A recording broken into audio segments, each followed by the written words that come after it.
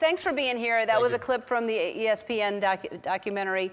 And first of all, I think it's what every parent should be, is what you're being right now, which is unconditionally loving your child and supporting your child in whoever they are.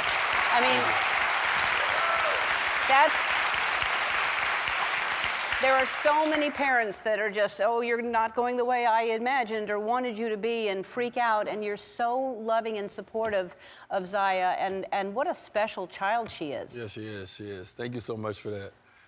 First of all, me and my wife Gabrielle Union, we are proud. When I say proud, we are proud parents of a child in the LGBTQ+ community, and we're proud allies as well.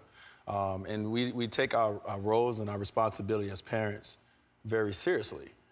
So when our child comes home with a question, when our child comes home with an issue, when our child comes home with anything, it's our job as parents to listen to that, to give them the best information that we can, the best feedback that we can.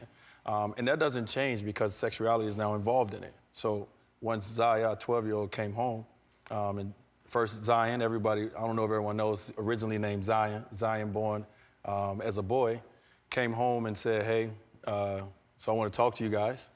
I think going forward, I'm ready to live my truth. And I want to be referenced as she and her. I would love for you guys to call me Zaya. And so internally, now it's our job to, one, go out and get information, to reach out to every relationship that we have. My wife reached out to everybody on the cast of Pose. We're just trying to figure out as much information we can to make sure that we give our child the best opportunity to be, her best self. Yeah, I mean, I would think that it's one thing. It's one thing to have this at home, but knowing that she's going to be out in the world because you're a public figure, and even if you weren't, she's going to school, and to want to be protective and to make sure she's safe, that must be a scary thing, because it's one thing for you to love her and your wife to love her, but you just want everyone to love her the same way. Exactly. And once Zion came home and said, hey, you call me Zaya and I'm ready to take on this, I looked at it and said, you are a leader. You are a leader, and it's our opportunity to allow you to be a voice. Right now, it's through us because she's 12 years old, but eventually it would be through her. Right. Well, and Listen is an organization you're working with, and there's a lot of, if anybody else out there can relate to this and needs help, you can go to our website and we can direct you, because I'm sure there are a lot of people that just don't know what to do. So you're a great example. Thank you. I know that everybody is still grieving over the loss of Kobe and all the people that we lost.